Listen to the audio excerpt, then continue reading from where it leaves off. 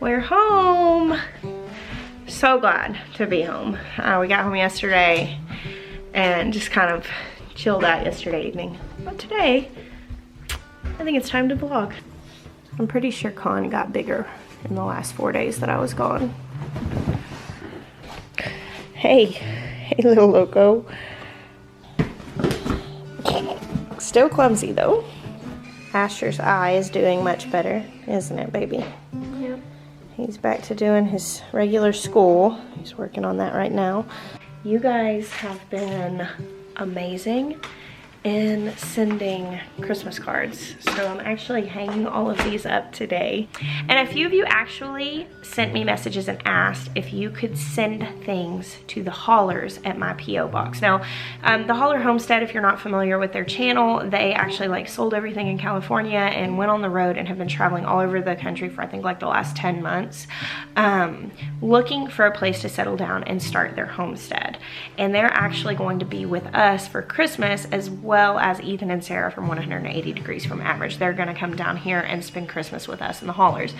We're super excited to have them, and the answer is absolutely yes. You can send whatever it is that you have to them to my P.O. box. They'll be here this coming weekend. I wanted to make sure to put this on the front of this vlog so all of you got to see it early on in the week, and they'll be here for a few days. So if you get those things mailed here in the next couple of days, that should be no problem in getting them while they're here. My P.O. box will be listed down below, and I will make sure those things get to them. Hey, pajama boy. Were you playing outside in your pajamas? Guess what? It's 7 days until Christmas. Are you so excited? Our to-do list is some kind of crazy over the next few days, so we're gonna be getting a lot of stuff done. We gotta finish decorating because Christmas is a week away. We're not even done decorating yet, but the basement's been kind of priority. A lot got done this weekend. Jeremiah's down there working on it right now. I figured I'll take you down there and we will take a look. So obviously our timeline got a little bit thrown off because we had to replace our entire HVAC system and address a lot of the electrical issues that were going on in this old house. So we were hoping to have more of the walls and stuff up by now, but it's okay. That is how it is with any sort of remodeling. You expect it to go one way and it goes completely opposite direction. But in good news, our house is safer than it's ever been, and it's not gonna burn down, so that's awesome. Oh, it's little baby Elijah. That's Jeremiah's little brother. He's active duty, so we don't get to see him just a whole lot, but he is here for the holidays, and in true Sowards fashion, he is working on the project that's going on, because that's what they do. They get together and work on projects. So you can see all of this framing. I'm not gonna take you in that room because that's Malia's room, and she is watching these vlogs like a hawk, looking for sneak peeks on it. But we're really ready for shiplap to start going up. The ductwork is done at this point. There's still just a little bit because we moved like the air return and all different things, and so there's still a little bit of things that are going on with the HVAC, but as of right now the shiplap and the walls are going up in these other rooms, so that's really exciting. And we have the deadline of having house guests here in the next week and the holidays, so yeah. This is how Jeremiah enjoys working on projects. He likes to wait until the very last minute and start them when there is a massive deadline. Like the year that he started working on the kitchen right before Thanksgiving and had to like stay up all night the night before to get it to where I could cook Thanksgiving. Now I should clarify, he likes that. Me, not so much, but I like the house getting done, and so, you know, compromise, right? Look at that beautiful man in this junky garage. What's up? This probably only happens to me and never happens to anyone else, but like you'll see something like 100 times and then you need it and then you can't find it anywhere. That's probably just me. I'm gonna need you to dig that out of here so I can paint it. Okay. So part of being kind of like a thrifty person and a repurposer is that I am totally not above picking up furniture from the side of the road and bringing it home and giving it a second life. It's actually one of my favorite things, and I actually found this really awesome antique dresser right down the road from my dad's house. Of course, he lives in town, and so people just put their stuff on the side of the road for trash pickup. And it's got like beautiful shape, spindly legs. It needs to be sanded, painted, and then new drawer pulls. But that was an awesome find. So actually, I haven't been to the greenhouse since I've been home, and I figured we would walk out there together. This is kind of cool. You'll see this plant that looks half dead. This is actually a ground cherry, and when the freeze was coming, I dug it up in the garden and brought it out here, and everything that had looked really healthy on it died away. But look, see all this fresh, healthy growth that's coming up? My thyme is doing well. I've got a whole bunch more down in the garden, then I've got this in here. Thyme is one of my favorite herbs to cook with. I put this in so many like soups and roasted chicken dishes. I absolutely love fresh thyme. It smells so good. The end of December is a really interesting time for me, and I don't know if everybody's like this. I think a lot of people make resolutions and they look forward to like a new year and a fresh start. This is a little bit different for me this year because I actually got really inspired about September when we were traveling to like Baker Creek Seed Expo, and I was really feeling so motivated and just excited because I just had this like vision in my mind for really rehauling the way some of our eating practices are and the way our family does things, because we have this goal to be growing 85% of our own food by the end of 2019.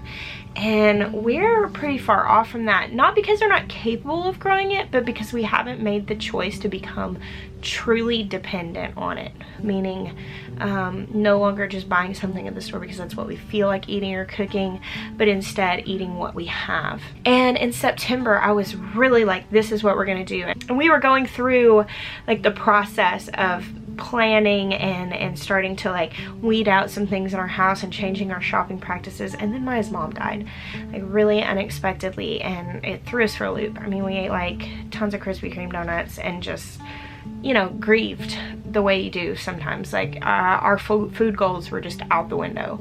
You know, we gained weight, we feel like crap from our eating practices over the last couple of months. And it's the holidays, so of course everywhere you turn it's just sweets and junk. So this new year is actually bringing a fresh start, and it's kind of like a cutoff point for us where we're like, okay, we gave ourselves some time to process.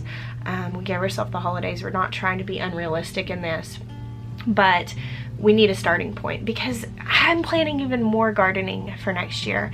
We're expanding, we're gonna be growing more, and the fact of the matter is if we don't change our appetites now in January and February and March, when all of that harvest starts coming in, we won't use it. That's just the bottom line. You have to change your appetites in order to use your harvest. That's where I'm at right now. Of course, I'm super excited about Christmas. I'm thinking about that a lot, but I can't help but think about this stuff while I'm looking forward to planning 2019's garden. So I've been spending some time out here in my greenhouse just dreaming about things. I've been making my list, deciding what it is that I'm gonna grow, what I'm gonna start where. We've been breeding the goats. We're gonna bring them back into milk.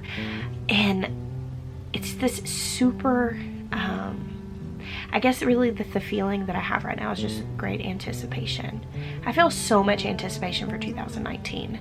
And I don't ever want to like get so riled up on like resolutions and stuff that as soon as that feeling wears off, so do the resolutions. That's not what I'm trying to do.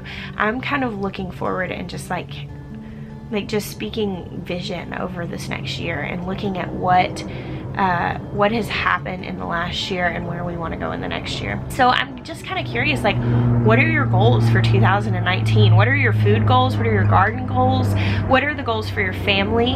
One thing that I've really been doing is like just really asking God for the sort of the vision for my home, and just like to really impress upon me what it's gonna feel like and what it's gonna look like and what it's gonna be like, just so I can be in agreement with that and just figure out you know, what the principles of our home and our diets and the things that we want to do with our time, because that makes the everyday decisions a lot easier. Like, does this line up with the principles of who we want to be? So I know that's kind of like a random thing, like a random thought, but that's really what is on my mind this morning. I'm going to finish up our Christmas shopping, taking the kids to buy their presents for their siblings, and buying paint for our basement, and just moving forward in all that is new and hopeful And I'm just excited. I'm anticipating so many good things. I want to know, what are you anticipating? What are your goals? What are your dreams? What are you doing right now where you are? Because sometimes it's so easy to like see the far off. Like I look at that 85% of our food and I think, oh man, and it feels impossible. It feels so far off. It feels like, oh, we aren't gonna get there. But what I can do is when I go to the grocery store this week, I can buy things that are in season. I can buy real foods instead of convenience foods. I can start changing our appetites and addressing our sugar intake and addressing the issues that stand in the way of where we stand right now and where we want to be. So that's what I'm doing, and I'm curious. I want to start the conversation. Like, what are you doing? What are you thinking of here? I want to start these wheels turning and maybe just start this conversation. Y'all, I'm wearing my house shoes outside. This is why I don't have nice things. For real though, I always wear the wrong clothes for the occasion. I'll be coming home like dressed really nice, and then I'll just see something in the garden and think, I'm just gonna go out there for a second. And I get out there and the next thing I know, I'm, you know, knee deep in it. I am dreaming and scheming about this space like you would not believe. It's where my thoughts are just almost constantly. I'll actually be planting stuff out here in like 6 weeks. I'll be putting out, you know, more brassicas.